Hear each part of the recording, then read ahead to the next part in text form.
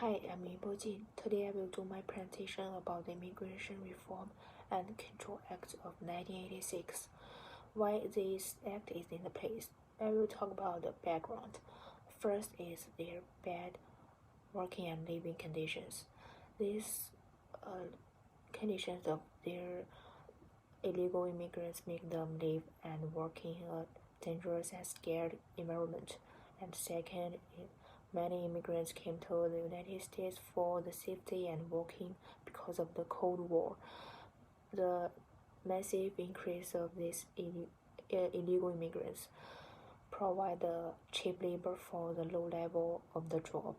So many employers would like to hire these illegal immigrants rather than citizens in the United States, which resulted in a high unemployment rate. And there is no standard document to show it is unlawful to hire these illegal immigrants. These employers pay them a low salary and distribute the hard work. Therefore, the huge increase of these immigrants and their bad living conditions make the government think about the current situation and its impact, which launched the Immigration Reform and Control Act of 1986. It came to be.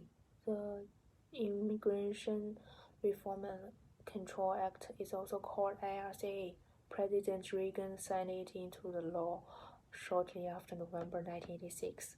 This act is the legalization of illegal immigrants, which is connected with strengthened immigration enforcement. There are three components: increase the border control punishment for employers who hire illegal immigrants, and legalization of unauthorized immigrants. The law increases the number of border patrols and intensifies border inspections. Another purpose of this act is to reduce undocumented labor. The law forbids employers to hire immigrants who is illegal to work in the United States, and every employer must check their identities and require documents. And employers must complete the I-9 for each of the employees after hiring within 3 days.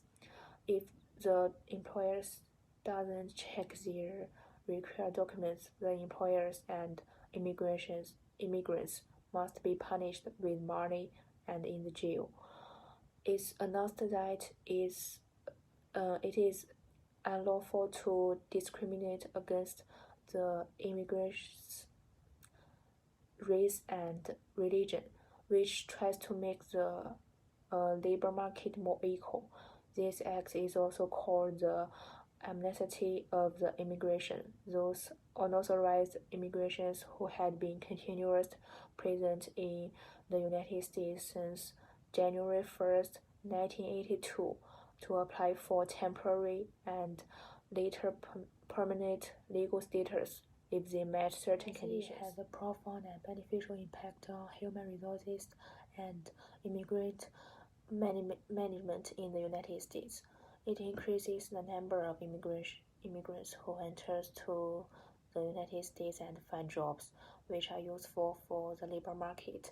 Much low-level and low-income positions are hired, which solve the problem of service and people-oriented industries.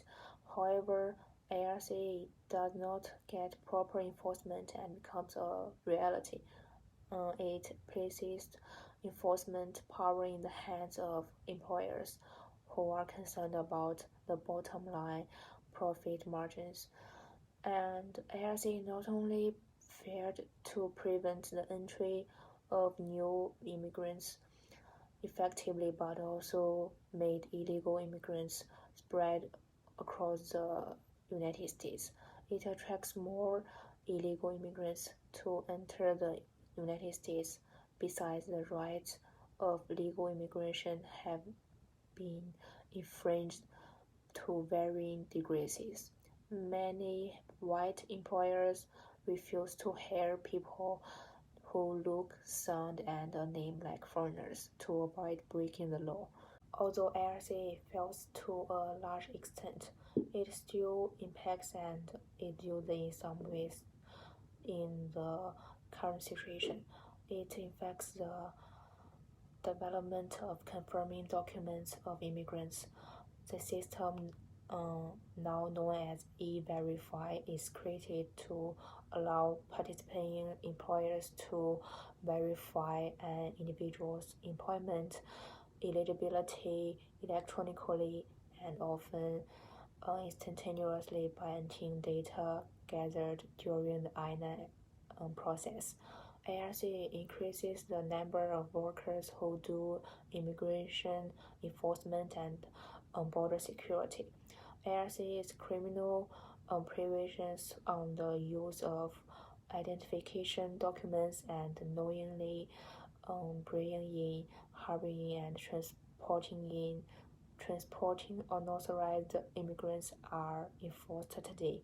At the foundation of immigration laws in the United States, IRCA efforts community-based organizations to successful legalization. Some church groups and unions get the legalization of applicants' process and legal production, and until now, the workplace is not allowed the discrimination on race, color, and religion.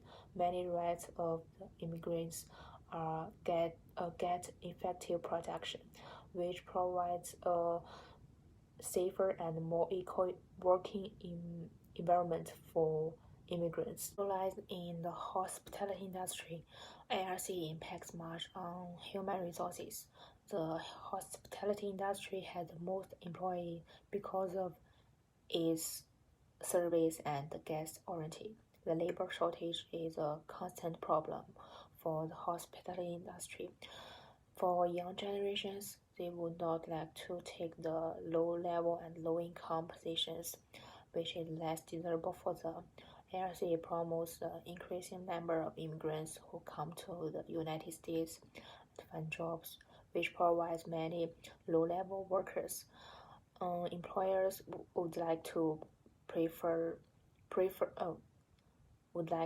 hire newly arrived immigrants because they are different from the local workforce and have the right attitudes toward low wages and challenging jobs, which are common in the hospitality industry. And HR managers pay more attention to immigrants' identities and requirement of these documents. Recruitment and selection become more transparent and effective, which increase the service quality and customer satisfaction. Women in the hospitality industry easily suffer discrimination, especially for the women immigrants.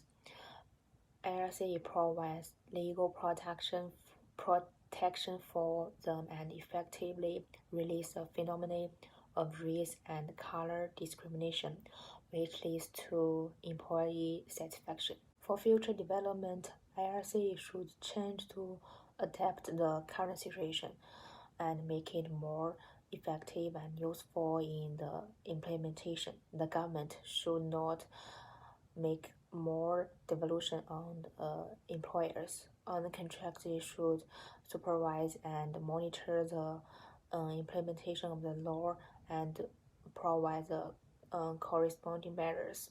Although IRCA lists many requirements of the documents, most of the documents can be forged, so the immigration department should concentrate on the reality of these documents and check the counterfeit community. And there must be specific and comprehensive tool to verify immigrants' identities, not just e-verify. Every step and process of ascertaining should be transparent and supervised. So that's it. Thank you.